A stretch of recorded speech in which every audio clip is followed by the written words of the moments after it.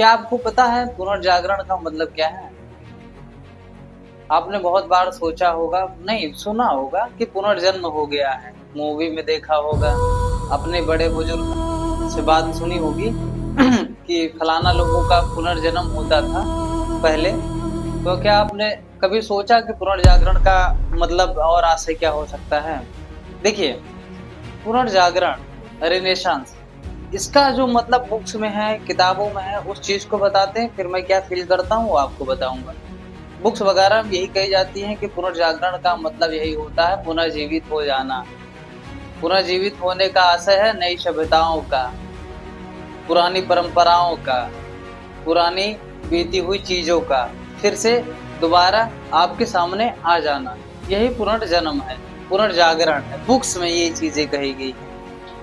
But जो चीजें वाकई में मैं फील करता हूँ वो ये है, देखो यार, कि पुनर्जागरण एक तरीके से इस तरीके से समझना कि आप जैसे सो गए, काफी ज्यादा आप थकान में थे, थके थे, आप सो गए, आपको आया कोई जगाने के लिए, आपके फैमिली मेंबर, आप उठ गए लेकिन कच्ची नींद में उठे, फिर दोबारा सो गए, फिर आया आपको कोई जगाने के लिए, आप दोबारा उठे, और जब आप दोबारा उठ जाते हैं तब आप बिल्कुल तरोताजा फ्रेश फील करते हैं। ये अधिकतर लोग यही बताते हैं पुनर्जागरण के बारे में। कुछ बुक्स में भी यही चीजें लिखी गई हैं।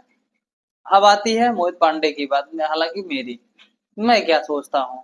मेरा मानना ये है कि यार देखो, पुनर्जागरण जो बुक्स वगैरह में लिखा गया है, हर इतिहासकार अपने अपने मत दे के चले गए हैं। हर इतिहासकार जो भी मत दिए हैं उसके पीछे एक लॉजिक भी दिए हैं। ऐसा नहीं कि ऐसे ही आए दे के चले गए। लॉजिक है, इसलिए बुक्स में उनका नाम है। लॉजिक नहीं होता तो नाम हट जाता। ठीक, तो ऐसा नहीं है कि हम नहीं सोच सकते हैं, हमारा कोई लॉजिक नहीं हो सकता है। भाई, आदमी विवेकशील प्राणी है, विचारशील प्राणी है, बहुत कुछ सोच सकता है। तो हम भी सोचेंगे, आप भी सोचिए।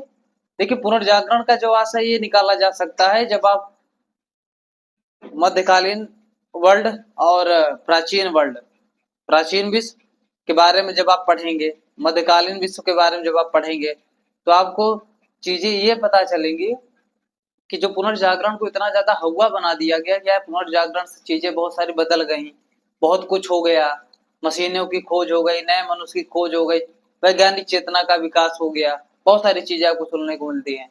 लेकिन इसका जो इतिहास है, पुनर्जागरण का इतिहास में ही पुनर्जागरण का इतिहास जो रहा है, उस चीज को आप समझ सकते हैं 9वीं शताब्दी से, कैरोलिंगियन पुनर्जागरण आंदोलन से। आप इसको समझिए, कैरोलिंगियन पुनर्जागरण आंदोलन से ही आदमी के, मनुष्य के मनोदशा में परिवर्तन होने शुरू हो गए थे। क्योंकि चौथी और 5वीं शताब्दी में जो बर्बर आक्रमण युद्ध हुए थे, उसकी वजह से 9वीं शताब्दी में पुनः रोमन और लैटिन भाषाओं का अध्ययन, अध्यापन शुरू हो गया था, खोजबीन शुरू हो गई थी कि पिछली वाली चीजों को, अब इस चीज को आप एंशिएंट में लिंक करके समझ सकते हैं। ठीक, अब फिर हम लोग समझते हैं 12वीं शताब्दी में फ्रेडरिक महान द्वितीय के शासन काल में, वो एक ऐसा आदमी था, ऐसा प्राणी था जो धर्मनिरपेक्ष था, वैज्ञानिक प्रवृत्ति वाला था, बहुत सारी चीजों पर बल देता था, जैसे कि अन्वेषण के बारे में बल देता था, तर्क पर बल देता था।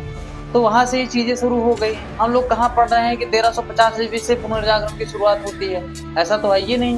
हम पीछे अगर जाएं देखें तो भी तो चीजें कुछ न कुछ तो दिख ही रही हैं। तो पुनर्जागरण का आशय केवल यही नहीं है, रिबर्थ, पुनर्जन्म हो जाना। केवल एक शब्द से पुनर्जागरण को नहीं आंक सकते हैं, इसके लिए एक लंबी चौड़ी मोटी परिभाषा होती है।